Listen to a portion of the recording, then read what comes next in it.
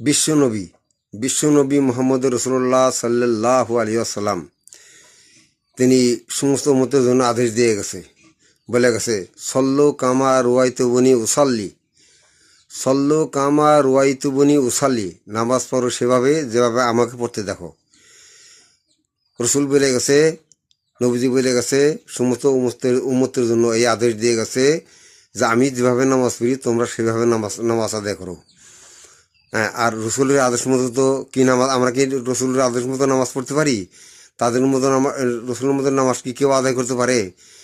তার আদেশ মতো কেউ নামাজ পড়তে পারে না। তাই এই রসুলের আদেশ মতো নামাজ পড়তে হবে। রসুল যেভাবে আদেশ দিয়ে গেছে, উনি যেভাবে নামাজ পড়ে গেছে, উনি যেভাবে নামাজের আদেশ দিয়ে গেছে, তার আদেশ মতো নামাজ আদায় করতে হবে। সেই নামাজ হয়তো আল্লাহর দরবারে কবুল হতে পারে। নামাজ তো পরে যার মতো ইচ্ছা যে যা পারে সেই ভাব মতো নামাজ পড়ে, কিন্তু রসুলের আদেশ মতো নামাজ পড়তে হবে, রসুলের সুন্নত মতো জীবনযাপন করতে হবে। রসুলের সাফায়াত পেতে হলে রসুলের আদেশ মানতে হবে, রসুলের সুন্নত মোতাবেক জীবনযাপন করতে হবে। তাহলে রসুল হাসরের মধ্যে রসুলের সাফায়াত পাওয়া যাবে। আমরা তো নামাজ পড়ে সবাই, নামাজ তো আদায় করে সবাই, হ্যাঁ, কিন্তু যার ইচ্ছা মতো যে ভাব মতো যে যা পড়ে তাই এইভাবে নামাজ পড়ে, কিন্তু নামাজ তা না। নামাজ পড়তে হবে রসুলের আদেশ মতো। বিশ্বনবী বহুত বলে গেছে নামাজের আদেশ দিয়েছে। আর নামাজ পড়তে হবে কি সাথে? জামাতের সাথে নামাজ পড়তে হবে, জামাতের সাথে। হ্যাঁ, আর নামাজ অনেক মানুষের আজান দিলে বাড়িতে নামাজ পড়ে, বাড়িতে নামাজ পড়া ঠিক না ভাই।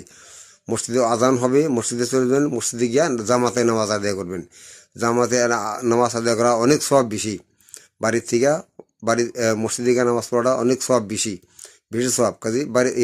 আজান হলে মসজিদ দিকে নামাজ পড়বেন, সুন্দর করে নামাজ আদায় করবেন। মসজিদ থেকে নামাজ করে আদায় করে এরপর বাড়িতে আসবেন। কাজে রসুল যেভাবে আদেশ দিয়ে গেছে, রসুলের আদেশ মতো আমরা রসুলের আদেশ মানবো। রসুল যেভাবে আদেশ দিয়ে গেছে সেই আদেশ আমরা মানবো।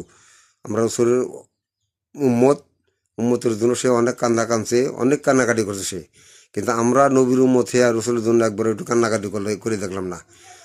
রসুলের জন্য কোনো কান্নাকাটি করলাম না।